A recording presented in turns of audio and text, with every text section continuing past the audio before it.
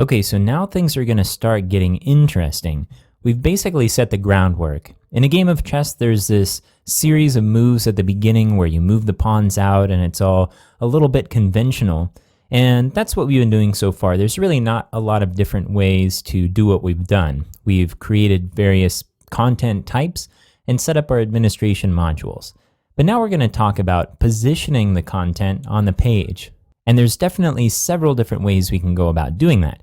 And we're going to explore the most common. Before we do that though, let's create a backup of where we're at right now, just so we can roll back to this if you decide to do some experimenting, and so you can start from here later if you need to begin at this point in the video series. So I'm going to go to Configuration, System, Backup and Migrate. I'll click the Backup Now button. I'm going to call this o3.giftofgeek after setting up content types, and I'll click Save. I'm going to click out of this overlay so we can look at the page that we're going to be working on.